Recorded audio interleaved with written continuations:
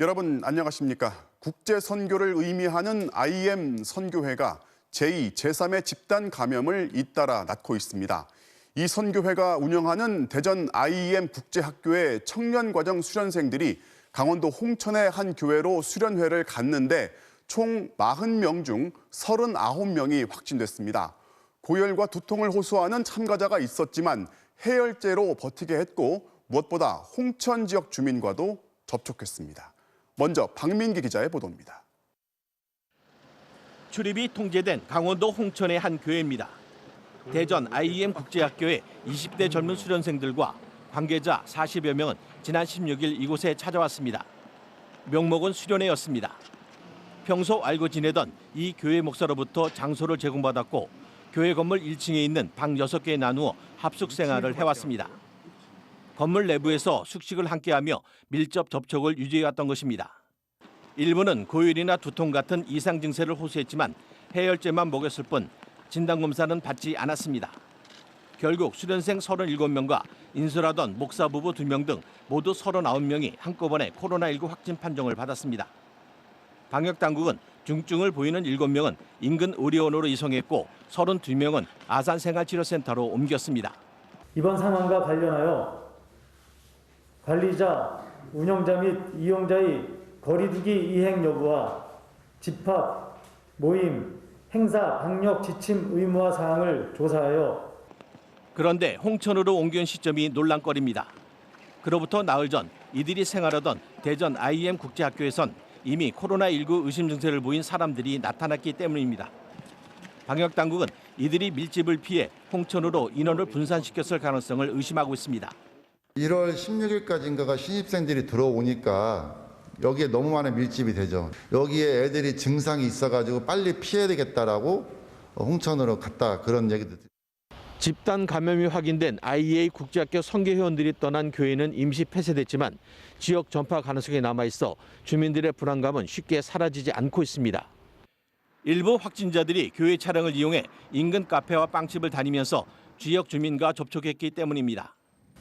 방역당국은 IM 선교회 측이 코로나19가 의심되는 상황에서 수련회를 강요했는지 등을 중점 조사하고 있습니다. MBC 뉴스 박민기입니다. IM 선교회의 동시다발적인 집단 감염은 어디에서 시작됐는지 아직 명확하지 않습니다. 그런데 선교라는 단어 그리고 감염의 시작점을 찾기 어렵다는 점, 이 두 가지에서 이미 우리에게 익숙한 경북 상주의 BTJ 열방센터가 떠오릅니다. 실제로 방역당국이 둘 사이의 관련성을 추적하고 있습니다. 문은선 기자가 취재했습니다. 강원도 홍천에서 확진된 39명은 대전 IM 선교회에 소속된 MTS 청년학교 목사와 학생들입니다. 일종의 선교사 양성학교인데 20대에서 50대까지 성인들이 모여 대학 편입과 선교 교육 등을 받는 곳입니다. MTS는 편입학교예요. 청년들 훈련시키는 학교예요. 아이들이 청년 때 영어 그리고 영성을 잡는 학교. 방역당국은 이번 집단 감염 사태를 불러온 최초 감염 경로가 이들 성인 집단이 아닌지 의심하고 있습니다. 코로나에 확진된 비율을 보면 MTS 청년학교 97.5%, 지난 4일부터 15일 사이 이들과 함께 기숙사 생활을 했던 IM 재학생은 98.5%가 감염됐습니다. 상대적으로 접촉 기간이 짧았던 IM 신입생에 비해 10% 넘게 높습니다. 재학생들이 평균 수치가 1이 높았어요. 평균 1이 높았다는 얘기는 우리 통상 1이면 하루 차이를 보통 말하는데 재학생들이 먼저 감염이 되었다라고 보는 것이 주로 기숙사와 교육시설만 오가는 청소년과 달리 이들 성인 집단은 기숙사 밖에서 다양한 외부 활동을 한 것으로 추정됩니다. 특히 방역당국은 전국적인 감염 사태를 일으킨 BTJ 열방센터 관련성에 주목하고 있습니다. 이들 중 일부가 지난 연말 상주 열방센터에 직접 방문했거나 지역 모임 등을 통해 관계자와 접촉하진 않았는지 GPS 추적을 통해 동선을 확인하고 있습니다. 둘 다 목적이 선교 활동을 목적으로 하니까 혹시나 MTS 쪽에서 계신 분들 중에서 이쪽과 관련된 사람이 있지 않나. 방역당국은 방역법 위반 혐의로 IM 선교회 대표를 고발할지 여부를 검토하고 있습니다. MBC 뉴스 문은선입니다.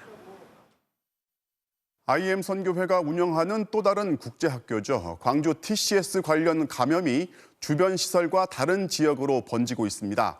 관련 확진자가 운영하는 어린이집에서 10명 넘게 발생했고 경기도 안성에서도 TCS의 학생과 교사가 확진됐습니다. 이다연 기자가 보도합니다. 코로나19 확진자가 나온 광주 TCS 국제학교와 빈내리 교회입니다. 확진된 빈내리 교인 가운데 2명은 각각 어린이집을 운영하고 있습니다. 그런데 이 가운데 한 원장이 운영하는 어린이집에선 교사와 원아뿐만 아니라 확진자의 또 다른 가족까지 모두 13명이 집단 감염됐습니다. 국제학교에서 비롯한 연쇄 감염입니다.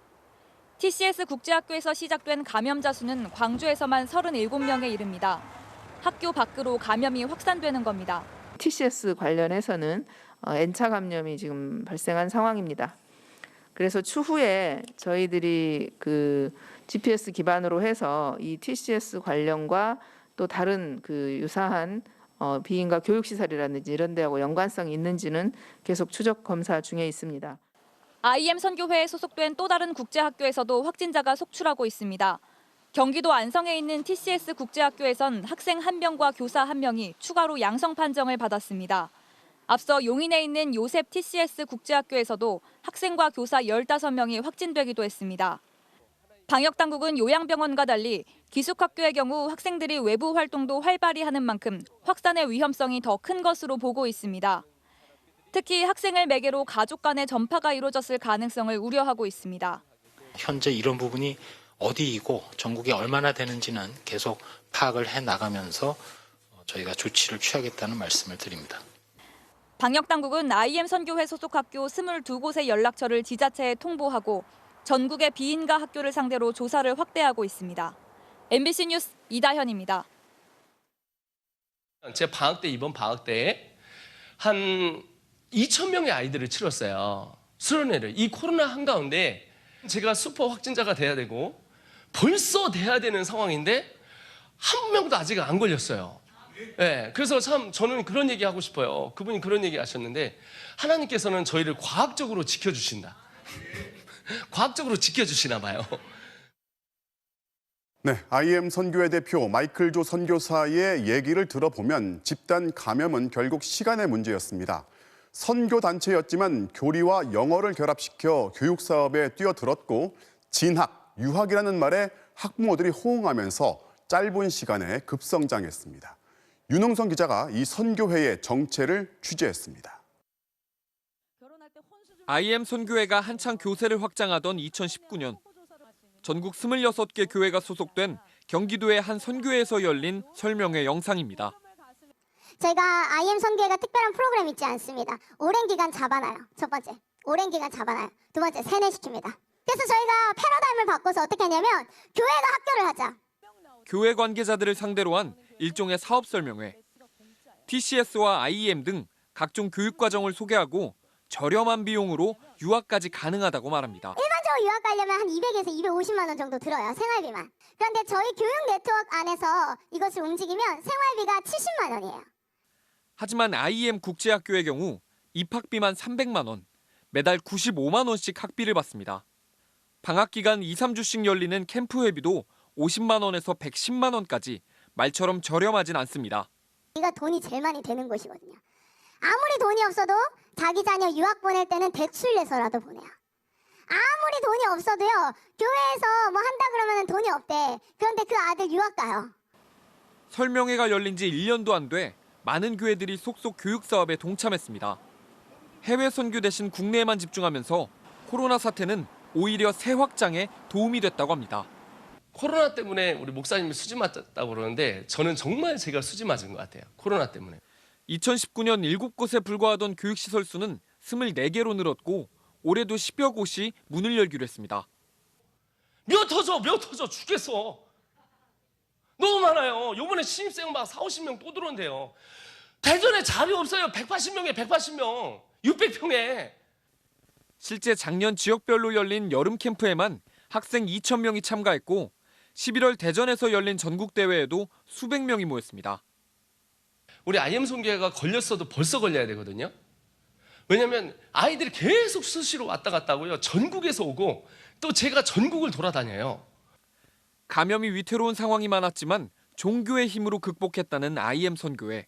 하나님께서는 저희를 과학적으로 지켜주신다. 과학적으로 지켜주시나 봐요. 그래서 이 방학 기간에 제가 확진자를 만들어낸 게 아니라 확정자를 엄청 많이 만들어냈습니다. IM 선교회가 자랑했던 확정자는 결국 확진자로 바뀌어 전국적인 집단 감염의 한가운데 섰습니다. MBC 뉴스 윤웅성입니다. 신규 확진자가 다시 300명대로 내려오면서 최근 일주일 동안 하루 평균 400명 아래로 감소했습니다. 이런 감소세와 정반대로 지난 주말 전국의 이동량은 전주보다 증가했습니다.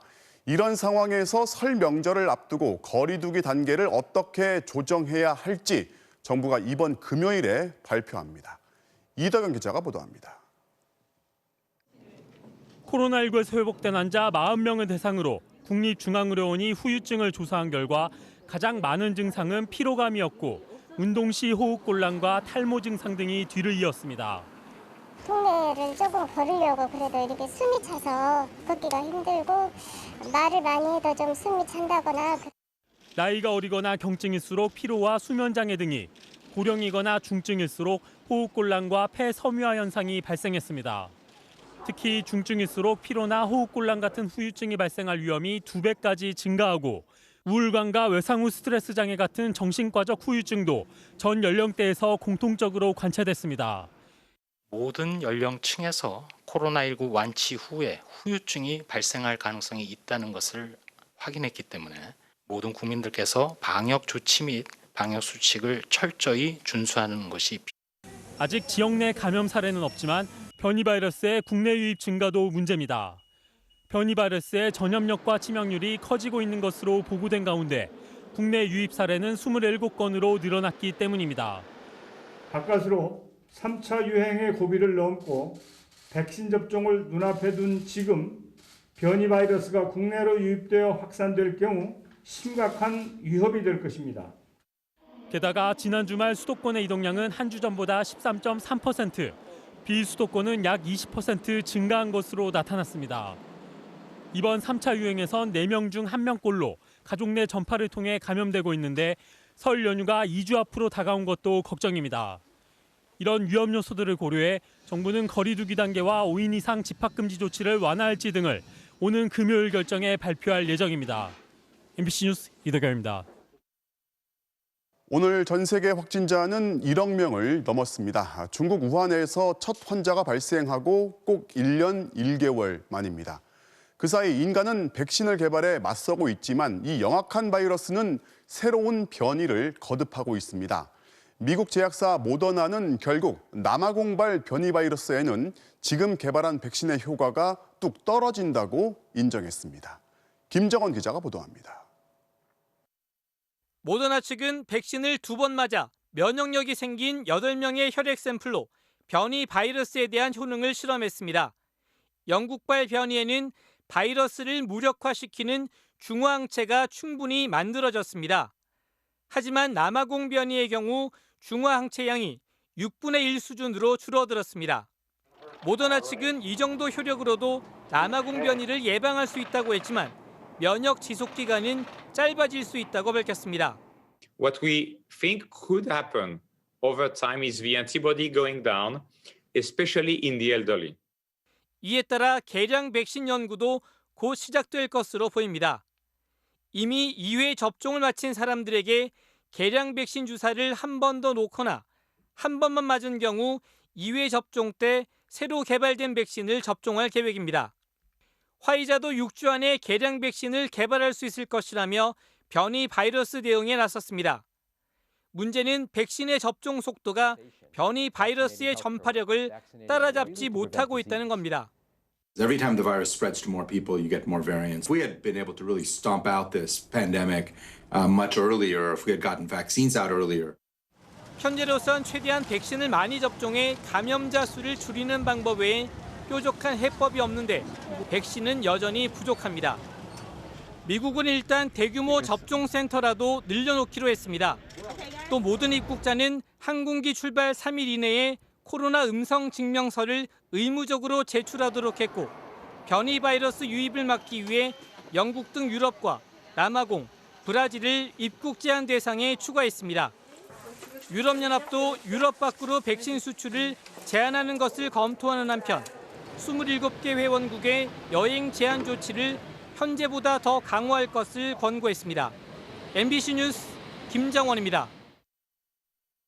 권덕철 보건복지부 장관이 코로나19 확진자와 밀접 접촉해 검사를 받고 자체 격리에 들어갔습니다.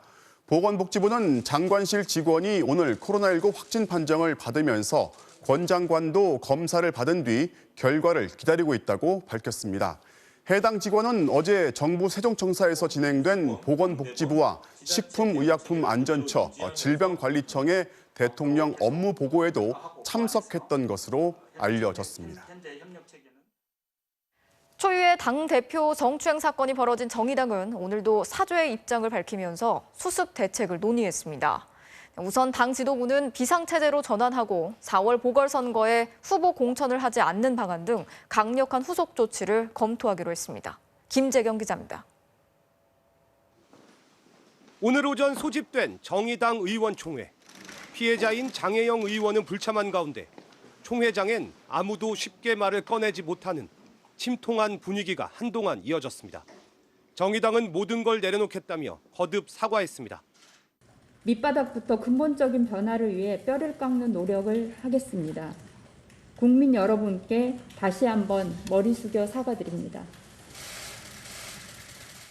장혜영 의원 대신 원내 대변인을 맡게 된 류호정 의원도 국민과 당원들의 비판을 감수하겠다고 말했습니다. 우리 울타리는 나름대로 안전하다고 느꼈는데 모두 착각이었던 것 같고요. 반이 얼만큼이든 받아야 한다. 네. 오전 의총에 이어 오후 대표단 회의를 연 정의당은 일단 당 지도부를 비상대책회의로 전환하기로 했습니다. 의원단과 대표단이 매일 대책회의를 열어 당내 조직 문화를 재점검하겠다는 겁니다. 또 4월 재보궐선거에 후보 공천을 하지 않는 방안, 당내 성폭력 사례에 대한 전수조사 등 후속 조치에 대한 검토에 들어갔습니다. 재보궐선거 관련된 부분이라든가 이후 대표 선출 일정이라든가 이런 부분들은 이 회의를 통해서 논의하고 당대표 성추행 발표 이후 불거진 논란에 대해서도 입장을 내놨습니다. 조사를 담당한 배복주 부대표는 피해 사실을 구체적으로 밝히지 않는 건 행위 경중을 따지며 그 정도로 뭘 그래라는 식으로 개인이 가진 통념으로 판단하기 때문이라고 밝혔습니다. 불필요한 논란으로 사건의 본질을 흐리게 한다는 겁니다. 또 음주 여부도 실체적 진실을 판단하는 데 고려 요소가 아니며 이 사건과 상관없다고 강조했습니다. MBC 뉴스 김재경입니다. 고 박원순 서울시장의 행동이 정의롱에 해당한다는 어제 국가인권위원회 발표와 관련해서 오늘 더불어민주당이 공식 사과의 뜻을 밝혔습니다. 하지만 당 지도부의 공개 발언은 없었고 어제 정의당 대표의 성추행에 대해서 충격을 넘어 경악이라고 한 논평을 두고는 여전히 성범죄를 남의 문제처럼 대하고 있다는 내부 비판이 나왔습니다. 보도에 조명하 기자입니다. 고 박원순 시장의 행위가 성희롱에 해당한다고 판단한 어제 국가인권위원회 발표. 발표 직후 피해자 측은 가해자가 속해 있던 민주당의 공식 사과를 요구했습니다. 민주당은 오늘 인권위 조사 결과를 겸허히 받아들인다며 피해자와 서울시민, 국민 여러분께 깊이 사과한다고 밝혔습니다. 또 성인지 강화와 2차 피해 예방을 위해 법적 제도적 개선에 최선을 다하겠다며 뼈를 깎는 쇄신의 노력으로 공당의 책임을 다하겠다고 했습니다. 하지만 서면 브리핑 이외에 당 지도부 차원의 언급은 없었습니다. 이낙연 대표는 4월 재보궐선거 입후보자들에 대한 성평등 교육을 충실히 해달라는 입장만 내놨고 오전 원내대책회의에서도 관련 발언은 나오지 않았습니다. 기자들의 질문에만 짧게 답했을 뿐입니다. 개인적인 입장입니다. 그 사건 관련해서는 인권위의 조사 결과를 존중하고요. 개선해야 할 부분들에 대해서 좀 숙고와 검토가 필요할 것 같습니다. 정의당 김종철 대표의 성추행에 대해 충격을 넘어 경악이라는 공식 논평을 내놓은 데 대해선 당내 지적이 나왔습니다. 권인숙 의원은 민주당도 같은 문제를 안고 있는데 남이 겪은 문제인 듯 타자화하는 태도가 어떻게 가능한지 모르겠다며 부끄럽고 참담하다고 밝혔습니다. 사건 당시 서울시 젠더 특보와 박 시장 관련 사안을 논의해 논란을 불렀던 남인순 의원도 뒤늦게 사과했습니다. 남 의원은 어떤 변명의 여지도 없는 불찰이었으며 피해 호소인이라고 지칭해 오해와 불신을 낳은 것에 대해서도 거듭 사과한다고 밝혔습니다. 민주당 여성위원회는 오늘 입장문을 내고 통렬한 반성과 각성을 약속했습니다. 이처럼 반성과 사과는 나왔지만 정치권에서 반복되는 권력형 성범죄에 대한 해법까지는 미치지 못하는 게 현실입니다. MBC 뉴스 조명아입니다. 최대 주주인 김범수 의장이 최근 가족과 친인척에게 1,400억 원대의 카카오 주식을 증여해서 화제가 됐었죠. 카카오의 2대 주주도 김 의장이 100% 지분을 갖고 있는 컨설팅 회사인데 김 의장의 친인척이 대표를 맡아온 이 회사, 운영 방식이 이상하다 보니 실체를 놓고 의혹이 제기되고 있습니다. 정진욱 기자가 취재했습니다. 서울 강남구 삼성동의 한 빌딩. 로비에 카카오 로고가 보이는 이 건물에 김범수 의장이 100% 지분을 갖고 있는 K큐브 홀딩스가 입주해 있습니다. 최대 주주인 김범수 의장에 이은 카카오 2대 주주인데 시가총액 40조가 넘는 카카오 지분을 11%나 갖고 있습니다. 15%나 네, 저희 카카오 쪽. 그런데 감사 보고서를 보면 이상한 점이 눈에 띕니다. 2019년 한 해 매출이 4억 3천만 원에 불과한데 급여가 14억 원, 접대비가 2억 7천만 원, 차량 유지비로 4,700만 원을 쓴 것으로 되어 있습니다.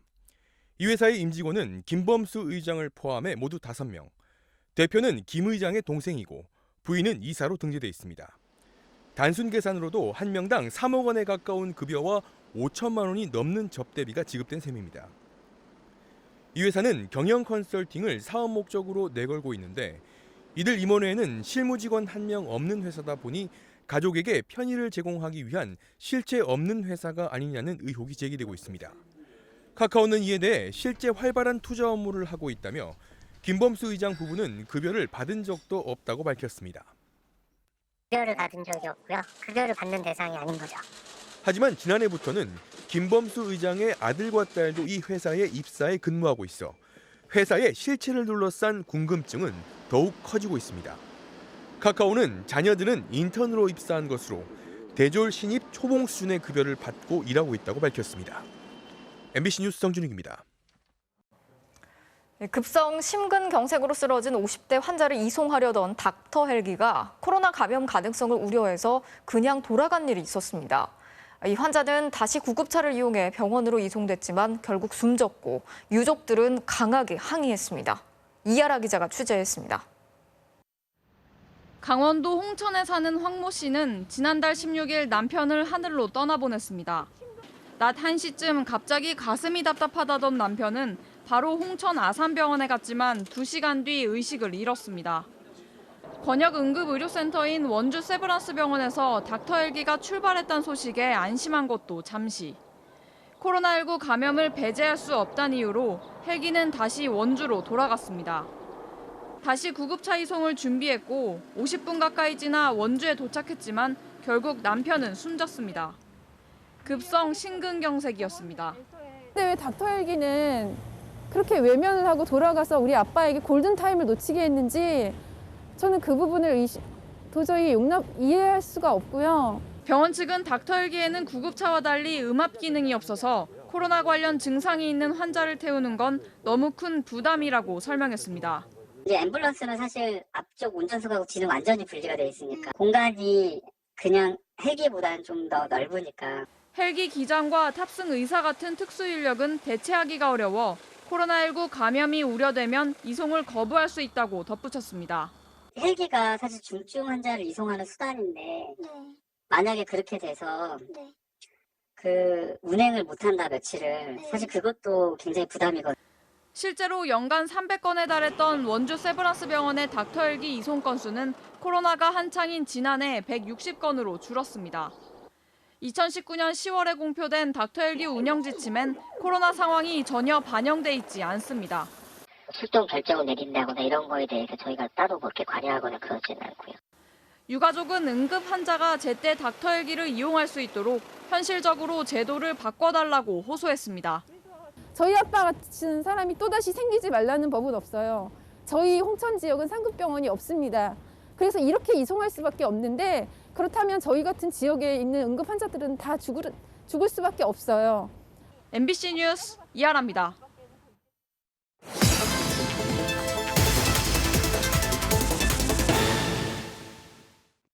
바로 간다 인권사회팀 이재민 기자입니다. 서울 강남 한복판 상가 땅속 깊은 곳에서 검은 기름이 흘러나오고 있습니다. 지하로 내려가면 기름 냄새가 진동하고 물과 함께 섞여 나오기도 하는데요.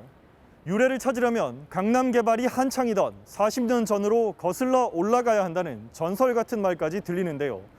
대체 어디서 기름이 솟아나오는지 지금 바로 추적해 보겠습니다. 한강과 고층 빌딩으로 둘러싸인 서울 강남구 청담동.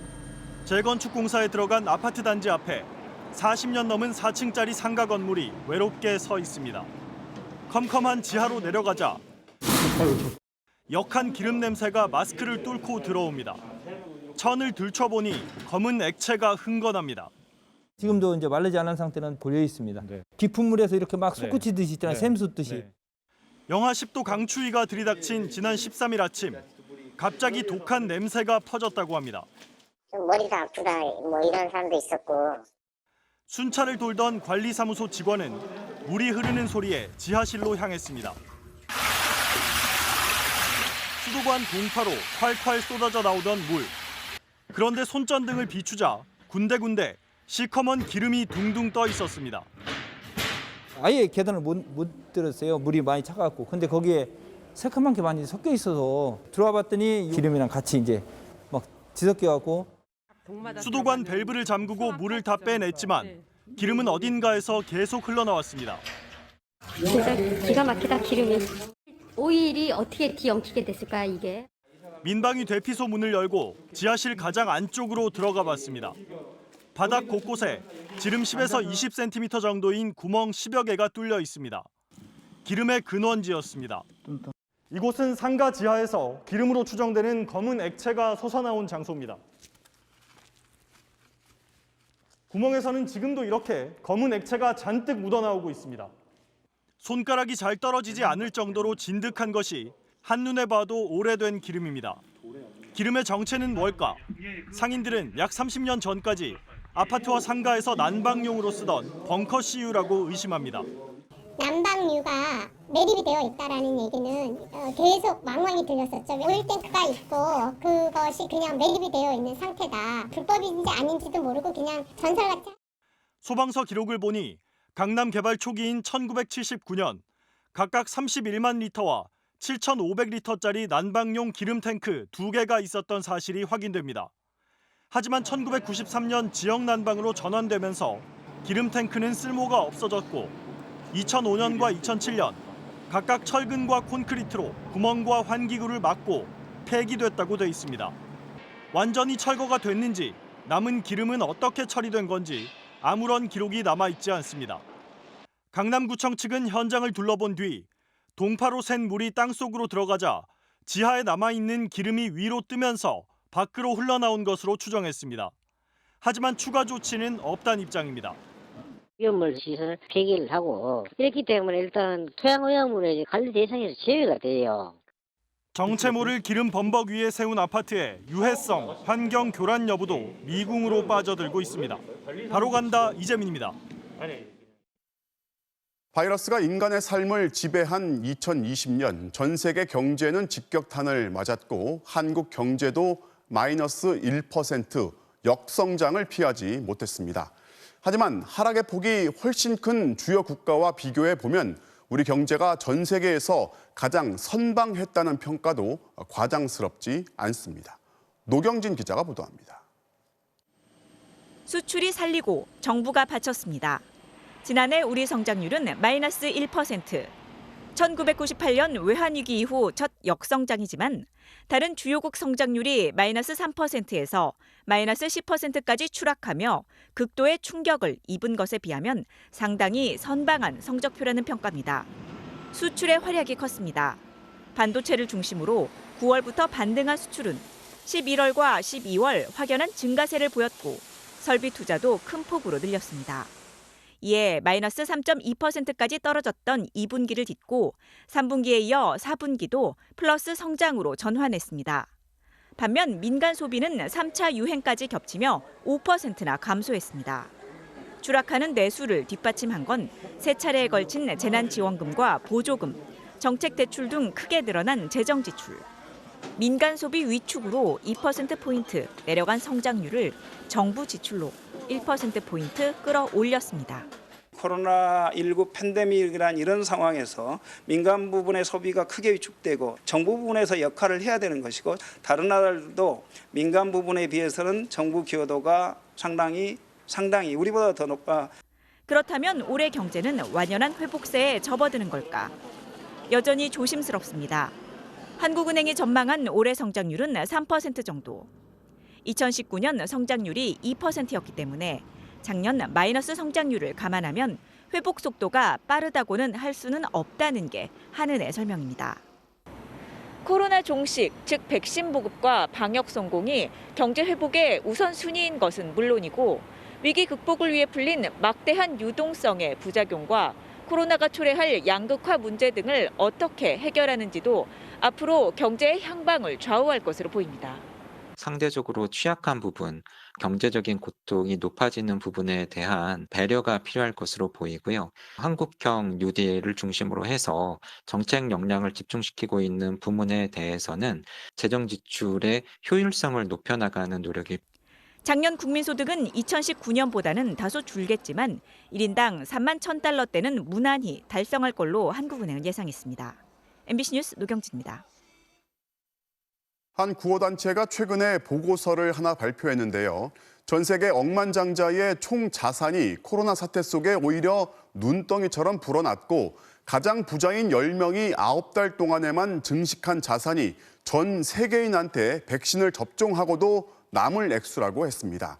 이 보고서의 제목은 불평등 바이러스입니다. 나세영 기자가 보도합니다. 항공사 도급직으로 일하던 조셉 팔마 씨는 미국에 코로나19가 확산되던 작년 3월 일자리를 잃었습니다. 실직 수당과 무료 급식소에 의존해 버텼지만 실직 9달 만에 아파트를 나와 침대 하나뿐인 단칸방으로 옮겨야 했습니다. Can't even go to food banks because I have no car. Every time I go to looking for a job, I have to walk so many miles. 관광객이 사라지면서 뉴욕의 상징인 노란 택시 기사들의 수입도 뚝 끊겼습니다. 공항에서 종일 대기해도 하루 고작 너댓 명의 승객을 태울 뿐입니다. 생활비만 겨우 버는 상황. 한 달에 3,000달러인 택시 할부금은 고스란히 빚으로 쌓이고 있습니다. I try my best, but like how much can you try? How far can you go? What can you do? Very limited resources. 작년 3월 이후 전 세계에 코로나19가 확산되면서 2억 2,500만 개의 일자리가 없어진 것으로 추산됩니다. 코로나가 아니었더라면 지급됐을 임금 4,000조 원도 함께 사라졌습니다. 반면 같은 기간 전 세계 억만장자 1,000명의 재산은 4,300조 원 늘었습니다.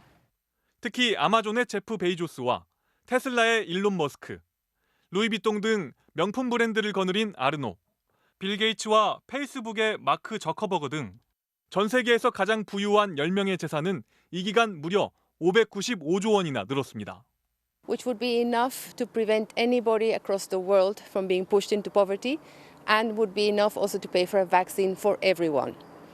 지난해 전 세계에서 하루 6,000원 이하로 생활하는 빈곤층이 최대 5억 명 늘었고 하루 6,000명이 코로나와 연관된 굶주림으로 목숨을 잃고 있습니다.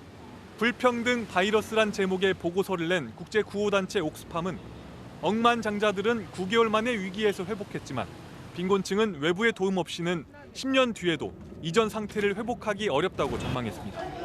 MBC 뉴스 나세웅입니다. 극우 성향의 온라인 공동체 일간베스트에 사회적 약자를 비하하거나 성희롱하는 게시물을 올린 7급 공무원에 대해서 경기도가 합격을 취소했습니다.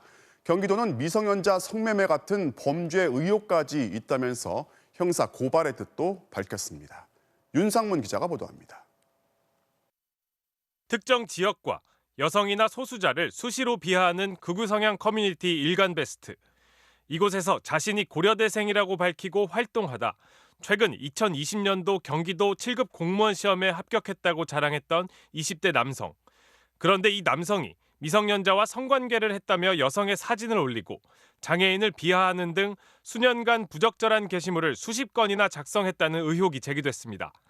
결국 이 남성의 공무원 합격을 취소해달라는 국민청원에 10만 명이 넘게 동참했고 경기도가 조사에 착수했습니다. 점수랑 게시물을 다 했기 때문에 딱 보면 나오잖아요. 각 과목 점수랑 다 공개했기 때문에. 조사 한 달 만인 오늘 경기도가 징계위원회를 열고 7급 임용 후보자 자격을 취소하기로 결정했습니다. 경기도는 누구나 볼 수 있는 공개된 인터넷 사이트에 여성에 대한 성희롱과 장애인을 비하하는 내용의 글을 여러 차례 게시해 임용 후보자로서의 품위를 손상했다고 밝혔습니다. 의혹이 사실로 드러나 공직자로서의 자격이 없다는 설명입니다. 또 해당 남성이 혐의를 부인하고 있지만 미성년자 성매매 등 실제 성범죄를 저질렀다는 의혹도 있는 만큼 경찰에 수사를 의뢰하겠다고 밝혔습니다. 경기도는 이의제기 절차를 거쳐 이번 결정을 최종 확정할 방침입니다. MBC 뉴스 윤상문입니다. 패딩 안에 내복만 입고 여기에 슬리퍼 차림으로 밤길을 헤매던 아이가 행인에게 발견됐습니다. 집에 돌아가기를 거부한 아이의 얼굴에는 어른한테 맞은 상처도 발견됐습니다. 이채연 기자입니다. 지난 주말 밤 11시가 가까운 늦은 시각. 인적이 드문 청주의 한 도로에 11살 여자아이가 횡단보도를 걷습니다. 내복 차림에 패딩만 걸치고 집에서 급히 나온 듯 슬리퍼를 신고 있었습니다. 길이 낯설었던지 30분 가까이 혼자서 서성거렸습니다. 어두운 밤길을 배회하다 길을 잃은 아이는 집에서 약 1km가량 떨어진 곳에서 지나가던 한 여성에게 발견됐습니다. 마주친 여성이 도와주겠다고 하자 이 아이는 음료수가 먹고 싶다고 말했습니다. 신고를 받고 출동한 경찰이 엄마의 전화번호나 집 주소를 물었지만 제대로 답하지 못하는 상태였습니다. 왼쪽 눈 위쪽이 약간 상처가 있었고 약간 부어 있어가지고 왜 맞았냐 그러니까 자기가 이제 삶은 계란을 이제 가스레인지에 삶는데 물이 너무 차가워가지고 찬물을 부었다고 이제 그것 때문에. 아이는 엄마가 밤샘 근무를 하러 나간 사이 배가 고파 계란을 삶다가 집에 함께 있던 엄마의 동거남에게 얼굴을 맞았다고 털어놨습니다. 아이는 집에 돌아가기를 거부했고 바로 학대 피해 쉼터로 보내졌습니다. 여러 가지 정황들을 봤을 때 분리 조치를 하는 게 아이한테는 안전하겠다고 저희는 판단을 했기 때문에 경찰하고 같이 해서 분리 조치를 했었습니다. 베트남 출신인 아이 엄마는 소식을 들은 뒤 담담하게 아이를 잘 부탁한다고 말한 것으로 전해졌습니다. 경찰은 엄마와 동거남을 불러 아이에게 신체적, 정서적 학대를 했는지 조사하기로 했습니다. MBC 뉴스 이채연입니다. 온라인상에서 이성과 친분을 쌓은 뒤 돈을 뜯어내는 사기가 몇 년 전부터 기승을 부리고 있는데요. 최근엔 젊은 층 사이에서 인기를 끌고 있는 소개팅 앱을 통한 신종 수법까지 등장했습니다. 피해자들 중에는 성범죄에 노출되는 사례까지 나왔습니다. 보도에 임상재 기자입니다. 젊은 층에게 널리 알려진 한 유명 소개팅 앱. 30대 남성 김모 씨는 열흘 전 이곳에 접속했습니다. 오른손으로 턱을 괴고 있는 한 여성. 호감을 갖고 좋아요를 눌렀습니다. 여성도 좋아요로 화답했고 대화의 창이 열렸습니다. 사흘간 서로를 알아가는 말이 오갔습니다. 부모님이 지원해 줄 테니까 한국에 와서 개인 사업을 해봐라. 한국에 돌아와서 지금 격리를 하고 있고. 그리고 어느 정도 친분이 쌓인 뒤 이 여성은 인터넷 사이트에 포인트를 보여주며 한 걸음 더 깊은 관계로 유도합니다. 1,300만 원이 넘는 별풍선. 기한이 곧 만료되는 코인을 환전하려고 하는데 도와달라고 청합니다. 그러면서 김 씨에게 대신 돈을 받아주고 반씩 쓰자고 제의했습니다. 본인 계정으로는 환전이 불가능하다고 하더라고요. 그 돈으로 그럼 뭐 데이트나 하고 맛있는 거 먹으러 가자. 어렵지 않은 일이라 생각한 김 씨. 그런데 그 사이트에 들어가자 우선 수수료를 예치하라는 요구를 받았습니다. 환전받는 총 금액에 대한 20%의 수수료를 지불하라고 하거든요. 금감원에서 또 조사가 왔다고 하면서 500만 원이 필요하다고. 환전할 때 다 돌려준다는 말에 속아 빼앗긴 돈은 1,500만 원에 달했습니다. 20대 여성 이모 씨는 지난주 또 다른 소개팅 앱에서 교류를 했습니다. 자신을 부잣집 아들이라고 소개한 남성이었습니다. 중국에서 한국을 입국한 상황이라 자가격리 중이라고 해요. 2,600만 원 나한테 껌이다. 우리 만나면 데이트 비용으로 쓰자. 쇼핑하자. 이 남성도 2,600만 원 상당의 포인트를 대신 환전해달라며 인터넷 주소를 보냈습니다. 이 씨도 환전 수수료 명목으로 수백만 원을 입금한 뒤에야 사기를 당한 사실을 알았습니다. 돈을 돌려달라고 하자 사이트 관계자는 황당한 요구를 했습니다. 어떻게 하면 널 가질 수 있을까? 사이즈 어떻게 되니? 보여줘요. 바로 입금해드릴게요. 강요의 욕설까지.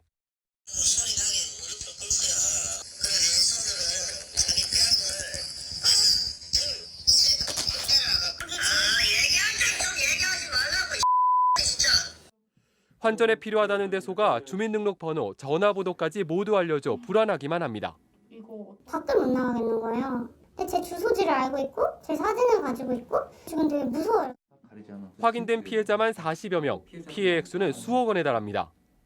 확보된 피해자의 인적 사항을 무기로 협박과 성착취를 일삼았던 N번방 사건과도 유사합니다. 비대면 생활에 시간이 많아짐으로 인해서 피해자에 대한 접근도 용이하게 되고 개인의 일정한 신상 정보를 확보함으로써 파생 범죄로서 소위 그 N번방 사건의 수법 자체를 활용하며 경찰은 지난 연말부터 비슷한 유형의 피해자가 급증한 것으로 파악하고 본격 수사에 착수했습니다. MBC 뉴스 임상재입니다. 코로나19의 유행이 장기화되면서 정도는 다르겠지만 우울함을 호소하는 사람들이 적지 않습니다. 그런데 코로나 블루라고도 불리는 이 신종 우울감을 특히 여성들이 더 많이 겪고 있다고 하는데요. 그중에서도 가사나 돌봄의 부담이 집중되는 여성들이 특히 정신적인 고통을 호소하고 있습니다. 조희영 기자가 취재했습니다. 6년차 가정주부 홍모 씨. 어린이집이 문을 닫는 바람에 두 아이를 돌보느라 지친 다음부턴 우울하고 잠을 못 자는 증세를 겪었습니다. 2주를 계속 병원을 왔다 갔다 했는데 잠을 잘 못 잔다. 새벽에도 2-3번씩 깨고 신경 안정시킬 수 있는 제일 약한 약을 한번 먹어보자. 불면증은 감염에 대한 공포로 이어졌습니다.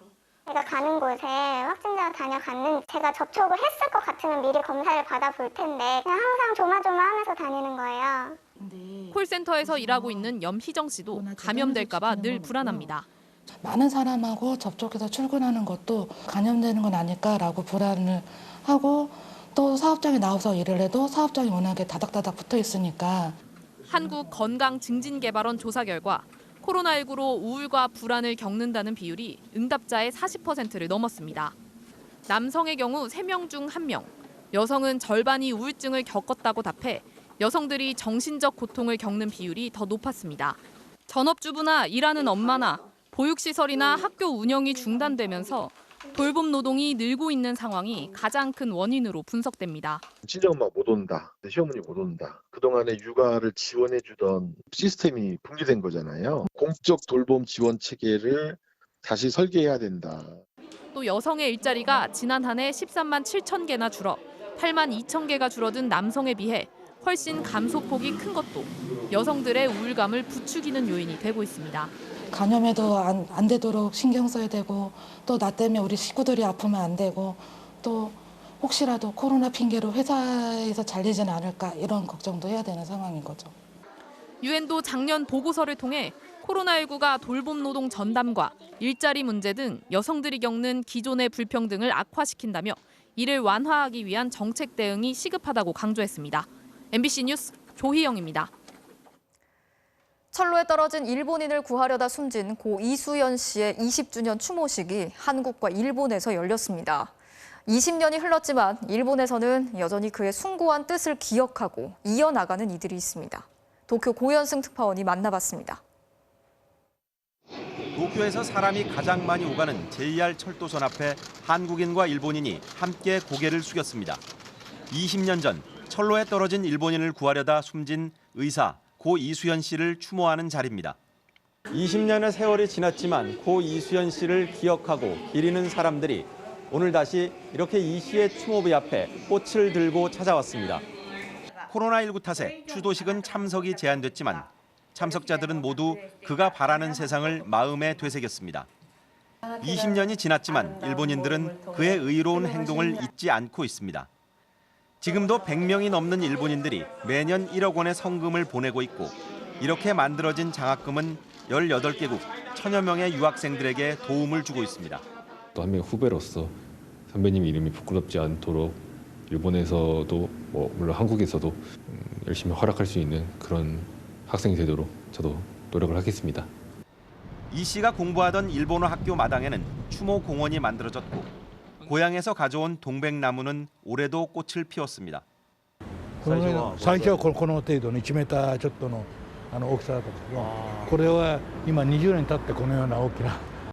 이 씨는 이곳에서 사람과 사람을 잇는 한국과 일본의 가교가 되겠다는 꿈을 키웠습니다. 日本も韓国を知らない、韓国も日本も知らない、こういう中でそのいわゆる橋渡しの役割を自分がしたいと。 그러나 꽃은 여러 번 피어도 그 꿈은 아직 이루어지지 못했습니다. 日韓関係は悪いんですけど。そうですね。水温さん一番悲しんでると思いますのでね、なんとかしたいですね。 그의 고향 부산에서도 비가 내리는 가운데 이 씨를 추모하는 행사가 열렸습니다. 이 씨의 어머니는 아들의 바람대로 한일 관계가 다시 회복되는 날을 기대한다고 밝혔습니다. 추운 겨울이 지나면 꽃이 피는 봄이 오듯이 머지않아 평화로운 날이 오겠죠. 밝은 모습으로 만날 수 있는 날을 고대합니다. 희생을 통해 그가 남긴 뜻은 여전히 풀지 못한 숙제로 남아 있습니다. 도쿄에서 MBC 뉴스 고현승입니다. 태안 화력발전소에서 숨진 비정규직 노동자 고 김용균 씨. 김 씨가 숨진 지 2년이 지나서야 사고 책임을 둘러싼 재판이 시작됐습니다. 업무상 과실치사 혐의 등을 받고 있는 하청업체와 원청인 서부발전 측은 혐의를 모두 부인했고 김 씨의 유족들은 다시는 이런 죽음이 반복되지 않도록 강하게 처벌해달라고 호소했습니다. 김윤미 기자가 취재했습니다. 발전소 비정규직 노동자였던 고 김윤균 씨가 충남 태안화력발전소에서 컨베이어 벨트에 끼어 숨진 건 지난 2018년 12월. 하지만 사고 책임을 가리는 첫 재판은 2년 1개월 만에야 대전지법 서산지원에서 개시됐습니다. 앞서 검찰은 김 씨가 일한 하청업체는 물론 원청인 서부발전 김병숙 대표 등 14명을 비롯해 회사 2곳에 대해 업무상 과실치사와 산업안전보건법 위반 혐의로 기소했습니다. 검찰은 지난 6년간 59명이나 서부발전에서 산재 사고를 당했는데도 사고를 막을 안전설비가 없었고 사고 당시 필요한 조치도 제대로 하지 않았다며 마땅히 법적 책임을 물어야 한다고 주장했습니다. 하지만 서부발전 측은 대표 등은 현장과 떨어진 본사에서 일하는 데다 숨진 김 씨가 소속 직원도 아니라며 과실을 물을 수 있느냐고 맞섰고 하청업체도 주의 의무 위반 여부는 따져봐야 한다며 대부분 혐의를 부인했습니다. 혐의를 하나도 인정 안 하셨어요. 말씀 한번 부탁드리겠습니다. 재판 전부터 피켓을 들고 서 있던 김 씨의 어머니 김미숙 씨도 법정에 나와 하청업체 관리자만 책임을 묻거나 벌금 몇백만 원에 그치는 관행적 판결 대신 원청 대표까지 처벌해달라고 호소했습니다. 원하청 처벌을 제대로 해서 더 강하게 처벌해서 이런 죽음이 다시는 반복되지 않도록 노동계는 산업재해에 대한 원청기업 경영자의 책임을 물을 수 있는 중대재해처벌법이 제정된 만큼 의미 있는 선고가 나오기를 기대하고 있습니다. MBC 뉴스 김유미입니다. 미국 하원이 트럼프 전 대통령에 대한 탄핵 소추안을 상원으로 보냈습니다. 본격적인 탄핵 심판을 앞두고 연방 의원들을 살해하려는 위협이 포착되는 등 다시 한번 긴장감이 높아지고 있습니다. 워싱턴에서 여홍규 특파원이 취재했습니다. 미 하원 탄핵소추위원 9명이 상원에 탄핵소추안을 전달했습니다. 트럼프 전 대통령에 대한 탄핵안이 하원을 통과한 지 12일 만입니다. He will remain a threat to national security, democracy, and the Constitution if allowed to remain in office. 최근 여론조사에선 상원의 탄핵 결정에 대해 찬성이 52%, 반대가 44%였습니다. I think the impeachment was valid because I think our president played a role in the violence of the insurrection. I feel like at this point we have a new president in office, so going for persecution could be a bit far stretched at this point. 탄핵 심판은 이르면 다음 달 9일 시작되는데 벌써 연방 의원들에 대한 협박도 시작됐습니다. 사법당국은 의원들을 살해하거나 공격하려는 여러 위협들을 포착해 조사하고 있다고 밝혔습니다. 공화당 내에선 트럼프 탄핵에 반대하는 목소리가 높아지는 가운데 민주당의 속내는 복잡해 보입니다.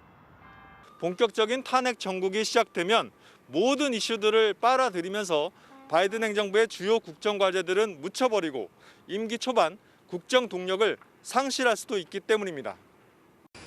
퇴임한 트럼프는 플로리다에서도 굴욕의 나날을 보내고 있습니다. 트럼프가 거주 중인 마라라고 리조트 상공엔 역대 최악의 대통령이란 현수막을 단 경비행기가 등장했습니다. 트럼프가 돌아온 뒤 리조트에선 회원 탈퇴가 잇따르고 있다고 CNN 방송은 전했습니다. 하지만 트럼프는 아랑곳하지 않는 모습입니다. 플로리다에 사무실을 열고 본격적인 대외 활동을 예고했는데 전직 백악관 참모가 싱크탱크 2개를 만들어 지원할 거란 보도도 나왔습니다. 워싱턴에서 MBC 뉴스 영훈기입니다. 이어서 오늘 이 뉴스 전해드리겠습니다. 일본군 위안부 피해자를 상징하는 평화의 소녀상에 누군가 일본 브랜드 패딩을 입히고 쓰레기를 버리고 달아났습니다. 경찰이 수사에 나섰습니다. 지난 2019년 시민 모금으로 설치된 서울 강동구청 앞 평화의 소녀상입니다. 한파를 이겨내라는 듯 위도색 두툼한 패딩까지 입혔습니다. 그런데 이 소녀상의 모습에 시민들이 분노하고 있습니다. 저고리에 머리를 따고 이렇게 나름대로 의미를 두고 있는 그런 게 있는데 그걸 잠바로 이렇게 확 가려버리고 그러다 일본 기업 제품으로 위안부 할머니들의 생각과 뜻을 완전히 모욕한 의도적인 행동이라고 생각해요.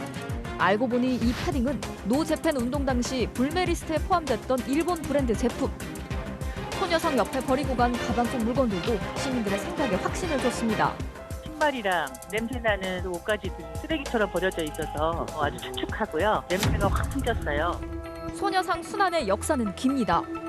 말뚝을 받고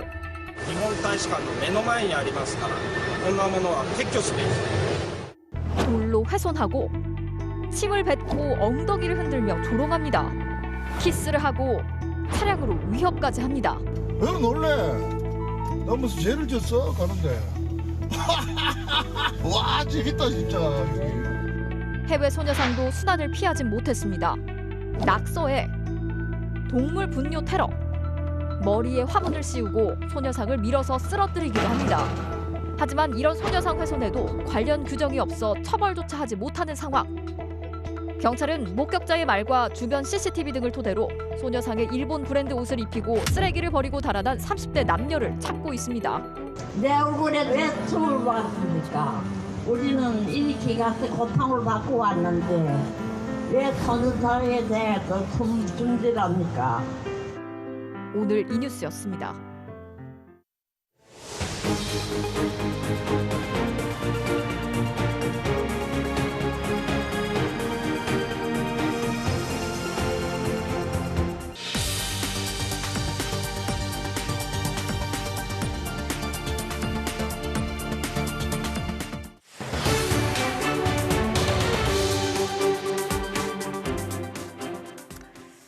자, 수용자의 무려 절반, 1,200여 명이 확진된 서울 동부구치소 코로나19 집단 감염 사태.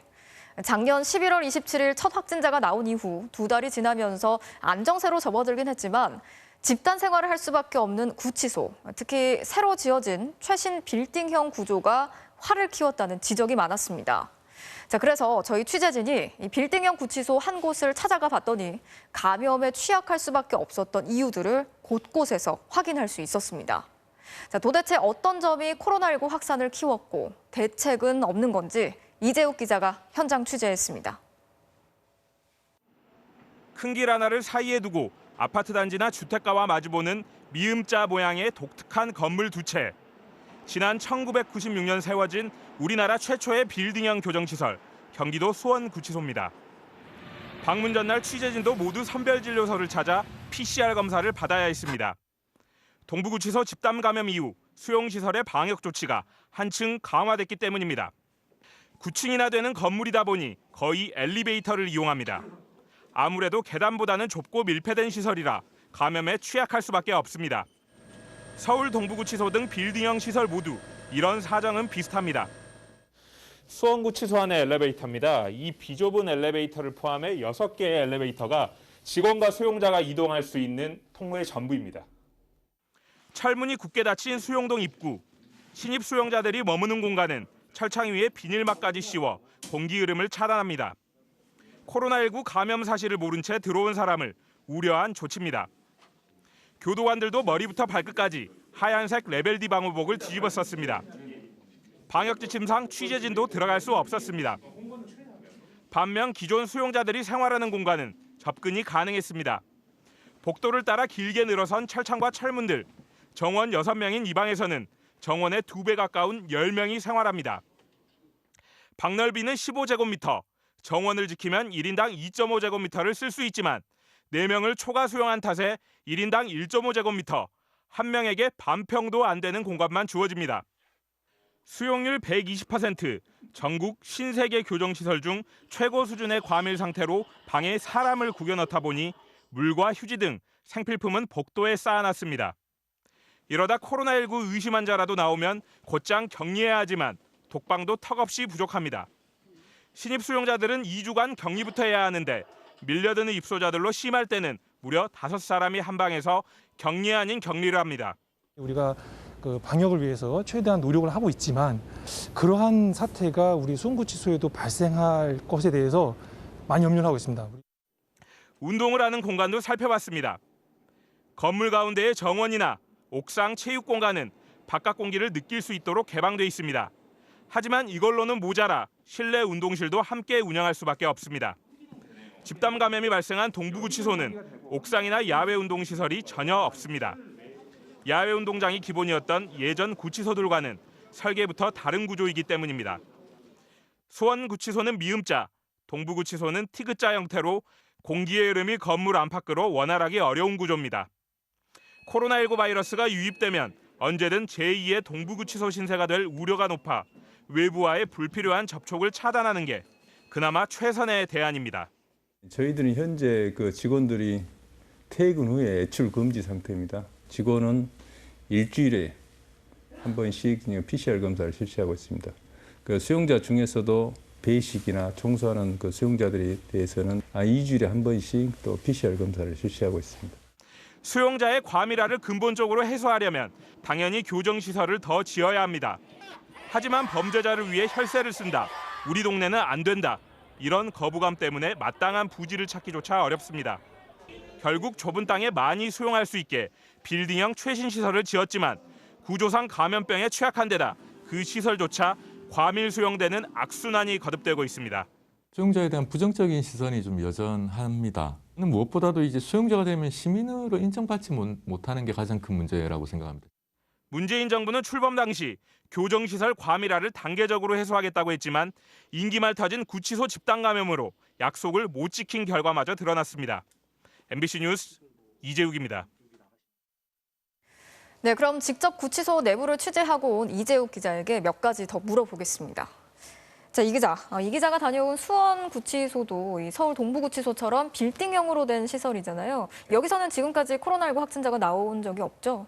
네, 다행히도 아직까지 수원구치소에서는 단 한 명의 확진자도 발생하지 않았습니다. 네. 저희는 당초 서울 동부구치소를 현장 취재하고 싶었는데요. 그런데 이미 집단 감염이 발생한 터라 방역 지침상 불가능했고요. 대신 비슷한 구조의 수원구치소가 공개됐습니다. 그래서 빌딩형 수용시설 내부를 비교적 자세히 취재할 수 있었습니다. 네. 동부구치소 사태 이후 수원구치소도 방역에 대한 긴장감이 부쩍 높아졌지만 폐쇄적인 빌딩형 시설의 한계가 곳곳에서 확인됐는데요. 수원구치소 관계자도 아직은 운이 좋다면서 과밀화가 국내 최고 수준이라 늘 살얼음판을 걷는 기분이라고 말했습니다.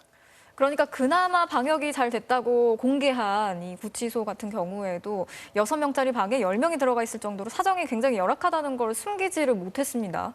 네, 숨길래야 숨길 수가 없는 게 현실입니다. 전국 교정시설 정원은 4만 9천 명 정도인데 현재 수용 인원은 5만 4천 명 정도입니다. OECD 국가 중 5번째로 열악한 상황인데요. 2010년부터 통계를 확인했는데 11년간 단 하루도 정원을 지키지 못했습니다. 4천일 넘게 과밀 상태였다는 겁니다. 앞선 리포트에서 수용자 한 사람에 겨우 1.5제곱미터 공간이 제공되고 있다고 말씀드렸는데 현재 법무부 규정은 1인당 3.4제곱미터니까 규정을 지키고 싶어도 못 지키는 겁니다. 심지어 2016년 여름에는 폭염으로 수용자가 숨지기도 했고요. 매년 100건씩 수용자들의 진정이 인권위원회에 접수되고 있습니다. 네, 아무래도 이런 수용시설을 늘리는 게 가장 근본적인 방법이 되긴 할 텐데 아무래도 교정시설이 우리 동네에 들어오는 거는 안 된다 이런 혐오 정서도 있고 쉽지는 않을 것 같습니다. 어떤 대안이나 대책이 없을까요? 네, 이런저런 이유로 새로 교정시설을 늘리는 건 쉽지 않고 오래 걸리는 일이다 보니까 당장 효과를 볼 수 있는 대안들도 나오고는 있습니다. 잠깐 들어보시죠. 네. 불구속 재판, 보석의 활성화, 가석방의 활성화를 위한 가이드라인 이 세 가지가 만들어질 때 지금의 과밀 수용은 조금 낮추어질 수 있고 실제로 법무부는 가석방을 확대하기 시작했고 검찰은 구속 수사를 자제하고 있는데요. 이번 집단 감염 사태를 계기로 괌이라 같은 교정시설의 해묵은 현안들 더는 미뤄둘 수 없게 됐습니다. 예, 잘 들었습니다. 지금까지 인권사법팀 이재욱 기자였습니다.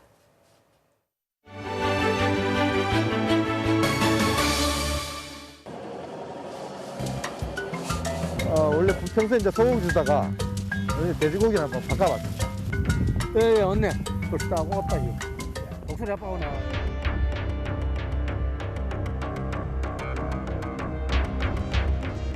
몽골에서 매년 그 10월 중순이나 11월 초에 이렇게 도착한 독수리들은 그 다음에 3월 중순까지 이렇게 머물다가 다시 몽골로 돌아갑니다. 그러니까 독수리라고 하면 용감하고 먹이 사냥을 잘하는 그런 독수리를 알고 있는데 실제로 이 독수리는 시네레스 벌처라고요. 그냥 그 초원에서 청소부 역할을 하는 그런 동물들입니다. 1살 아니면 2살.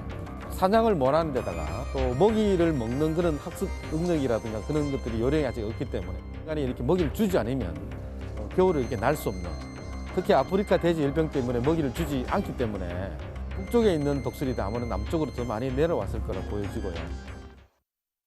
5분도 안 걸리는데 지금 아예 안 먹잖아. 안 먹는 이유는 뭐가 있어요? 지금 겁먹었어요. 사람 놔두고 사람만 빠지고 사람이 차에다 타든지. 인간의 어떤 인위적인 개발, 또 서식지의 파괴, 번식을 방해하는 그런 요소들로 인해서 개체수가 이렇게 줄어드는 그런 상황에 처해 있다고 보시면 될 것 같고, 이런 멸종위기 종들이 매년 겨울 우리 한반도에서 겨울 나는 것도 점점 더 어려울 거라 보여지고 있습니다. 네, 박영선 전 중소벤처기업부 장관이 서울시장 보궐선거 출마를 공식 선언했습니다. 민주당 우상호 후보는 환영 입장을 밝힌 반면 야권 후보들은 이번 선거에 대한 민주당의 책임론을 내세우면서 일제히 견제에 나섰습니다. 보도에 최경재 기자입니다. 박영선 전 장관은 중소기업 중앙회를 출마 선언 장소로 택했습니다. 1년 9개월 중소벤처기업부 장관 경력의 상징성을 부각시킨 겁니다. 박 전 장관의 핵심 모토는 서울시 대전환. 서울을 소도시 21개로 재구성해 걸어서 21분 안에 직장과 교육, 여가 등이 모두 가능한 도시를 만들겠다는 구상입니다. 21분 만에 모든 것이 해결되는 도시. 이는 서울 시민의 삶이 경쟁적이고 대량 소비적인 삶에서 삶의 질이 높아지고 환경과 함께 삶으로 전환될 것입니다.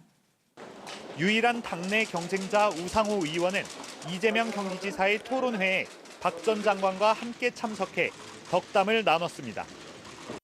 둘 중에 한 명이 이제 파트너가 될 텐데 서울시장 이거지사. 두 분 다 나가시면 안 됩니까? 야권은 일제히 보궐선거 책임론을 내세우며 박 전 장관을 강하게 비판했습니다. 오세훈 전 시장은 선거를 치르는 이유에 대한 성찰이 빠져 있어 실망감을 금할 수 없다고 했고, 조은희 서초구청장은 박원순 시장 장례식과 장지까지 따라갔던 분이 그가 남긴 상처를 어떻게 치유하냐며 날을 세웠습니다. 한마디 언급도 없다는 것은 어떻게 보면 민주당이라는 그 굴레가 박영선 후보를 자유롭게 하지 않는 것이구나. 국민의당 안철수 대표는 기호 4번으로 예비 후보 등록을 마치며 서울시장 선거 완주를 다짐했습니다. 끝까지 가서 반드시 정권교체 교두보를 확보하겠다고 국민들께 약속드렸습니다. 신속한 야권 단일화 논의는 이미 어려워진 상황. 국민의힘은 서울시장 예비 경선에 진출할 후보자 8명을 확정하고 최종 후보를 뽑기 위한 내부 경선 일정에 돌입했습니다. MBC 뉴스 최경재입니다.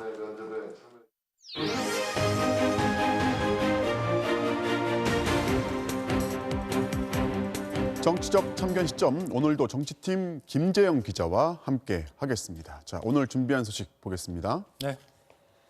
연일 정치권 소환되는 홍남기 이유는인데, 홍남기 부총리가 소환된다는 거는 결국 정부 지원금 때문이겠죠. 네, 그만큼 재정 투입은 시급하면서도 신중할 수밖에 없는 사안이기 때문일 겁니다. 특히 여당의 유력 대선 후보 3사람도 저마다의 방법으로 목소리를 높이고 있습니다. 네. 대표적인 게 이낙연 대표의 이익공유제, 그리고 이재명 지사의 전국민 지원금, 그리고 정세균 총리의 손실보상금인데 모두 홍 부총리의 반대에 부딪히고 있습니다. 특히 정부 여당이 추진 중인 손실보상금제는 세 사람이 같은 듯 다른 색깔을 내고 있는데요. 먼저 가장 날선 대립을 하고 있는 이 지사가 오늘 여의도를 찾았는데 그동안의 발언 이어서 들어보시죠. 네. 헌법상 재산권의 침해를 가하게 되면 상응하는 적절한 보상을 하도록 명시하고 있습니다. 국가가 영업 금지 제한을 가했으면 당연히 보상을 해야 됩니다. 수술비가 아깝다고 치료를 하지 않으면 병을 키우는 건 물론이고 자칫하면 목숨을 잃게 되는 일이 벌어집니다. 우리 경제도 다를 바가 없습니다.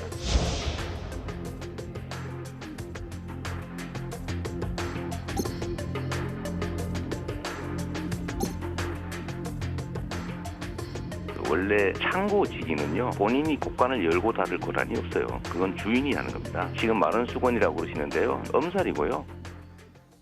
자, 빨리 곳간을 열어야 한다고 주장하는 이 지사는 신중론, 봉쇄 정책을 펼 수밖에 없는 홍 부총리와 특히 대립각을 세우고 있습니다.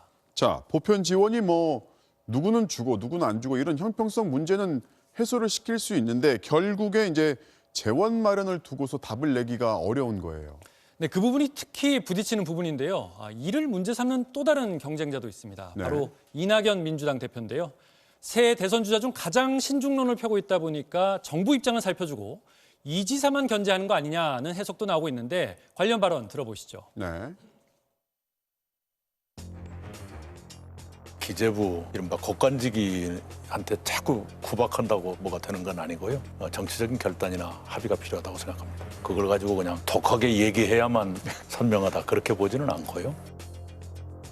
3차 재난지원금이 지급되고 있는데 그것으로 충분치 않다는 것을 아프도록 잘 알고 있습니다.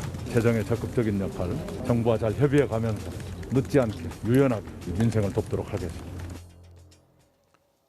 이낙연 대표의 정책 방향은 이 공유제가 그렇지만은 전적으로 이제 국가 재정에만 의존하지 말고 민간 영역도 이제 동참을 시키자 이런 거잖아요. 그렇습니다. 지나친 국가 의존보다는 민간의 자발적 참여를 전제로 한 공존의 생태계를 만들겠다. 이런 설명입니다. 네. 그래서 민간 참여, 국가 재정, 이 중간 영역쯤 되는 게 손실보상제인 셈인데 이를 두고는 총리와 부총리의 갈등설까지 나오고 있습니다. 영상으로 보시죠. 네.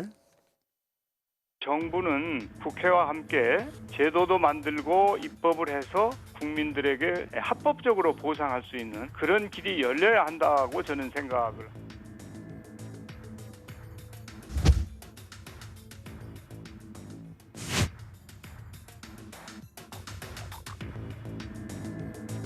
소상공인 자영업자에 대해 재정이 감당할 수 있는 일정 범위에서 손실보상을 제도화하는 방안도 검토해 주기 바랍니다. 네, 우리가 못 만나니까 현대에서 서로들 바쁘고 막 그래가지고 참 여러 가지 일들이 많아가지고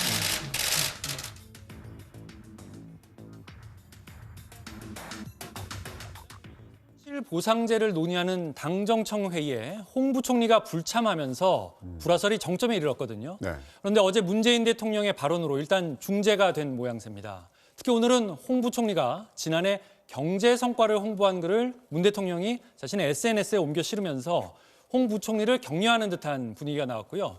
정 부총리도 홍 부총리와 원팀을 강조하기도 했습니다.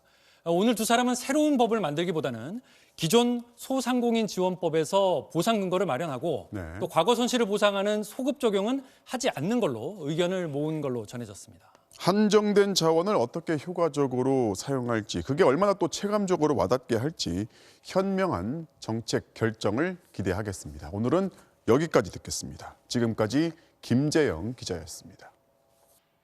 신세계그룹이 오늘 SK 프로야구단 인수에 합의하고 관련 MOU를 체결했습니다. 오늘 곧바로 새로운 팀명 논의에 착수하는 등 인수 작업도 빠르게 전개될 전망입니다. 전운칠 기자의 보도입니다. 신세계그룹은 SK구단과 양해각서 체결 사실을 알리면서 연고지를 유지하는 것은 물론 선수단, 프런트도 그대로 인수한다고 밝혔습니다. 인수 금액은 1,353억 원, 본 계약은 다음 달 23일 체결합니다. 신세계그룹은 장기적으로 야구 관람 문화까지 바꾸겠다는 청사진을 내밀면서 돔구장을 포함한 다목적 시설을 짓겠다는 의지도 내비쳤습니다. 가장 시급한 새로운 구단 이름도 논의에 들어갔습니다. 오늘 처음 만난 양측 실무진은 오는 3월 20일 시범 경기 개막 이전에 구단 CI와 유니폼 변경을 마치기로 했습니다. 갑작스러운 구단 매각 소식에 SK 팬들은 아쉬움과 놀라움을 표시하면서 향후 기대감을 드러내기도 했습니다. 다음 주 제주도 스프링 캠프를 앞둔 선수단도 어수선한 분위기를 감추지 못하고 있는 가운데 SK 구단은 김원영 감독과 주장 이재원을 각각 면담해 안정적으로 훈련할 수 있도록 유도할 계획입니다. 선수단도 그렇고 프론트도 그렇고 동요하는 측면이 있어서 첫 주에 이제 선수단이 이제 좀 밝게 이렇게 하는 게 중요하다 싶어서 KBO 이사회 심의를 거쳐 총회 승인이 이뤄지면 인천 연고지 6번째 팀이 출범하게 됩니다. MBC 뉴스 전은칠입니다. 농구의 꽃이라고 하면 짜릿한 버저비터를 빼놓을 수 없죠. 시간에 쫓겨 대충 던지는 게 보통이지만 이럴 때를 대비해 치밀한 계획을 세우고 실행에 옮겨 명장면을 만든 선수도 있습니다. 김태훈 기자가 보도합니다. 남은 시간 1초, 점수는 90대 90 동점. TV 두경민이 상대 등을 맞춘 뒤 재빠른 골밑슛으로 버저비터를 성공시킵니다. 아무도 예상하지 못한 기발한 아이디어. 거기엔 절박한 이유가 있었습니다. 제가 지금 두통이 좀 심해요. 그래서 지금 연장은 도저히 못 가겠더라고요. 그래서 농구의 꽃으로도 불리는 버저비터.